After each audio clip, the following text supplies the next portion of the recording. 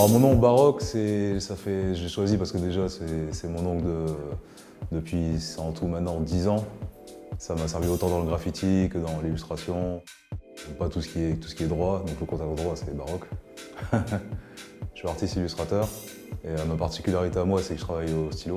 Je suis passé aussi par la peinture à l'huile et la gouache et tous les outils qu'on nous apprend à l'école. Et moi, pour me démarquer des autres, en fait, j'ai vraiment voulu trouver un outil qui est hors sujet par rapport à toute cette vague d'artistes qu'il y a autour, quoi. Et donc, je me suis rendu compte que le stylo, ça collait avec le truc, quoi. J'ai testé un peu tous les domaines, illustration, création, tatouage, pour vraiment me situer et essayer de faire un truc global à la fin, quoi. Et j'en suis venu maintenant à faire des gros formats où je mélange justement l'acrylique avec le stylo bic pour obtenir un espèce de truc pictural qui ressemble à de la peinture. En fait, c'est du détournement, quoi. Je prends un outil pour en faire autre chose. Aujourd'hui, j'expose tout un tas d'illustrations en fait, sur le thème de la Bible. Plutôt que de faire plein de séries et faire plein de trucs différents, garder un long terme, limite ça me prenne toute une vie à le faire, et que ce soit vraiment une œuvre qui représente ma vie, quoi. Et je me suis dit, bon, le livre qui représente ça, c'est vraiment la Bible.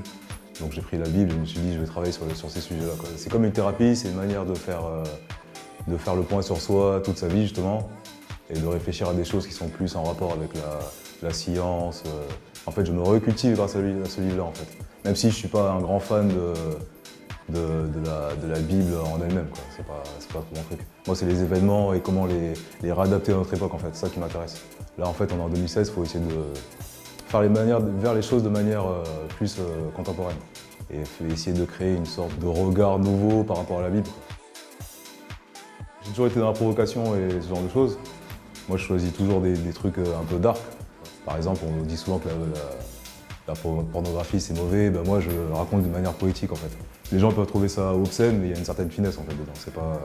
C'est pas du trash pour du trash. De toute façon, on est dans un monde qui est pas beau, donc faut coller avec le sujet, faut pas se mentir. Montrer son travail, pour moi, c'est indissociable du fait d'être vrai, quoi. C'est ça, le truc.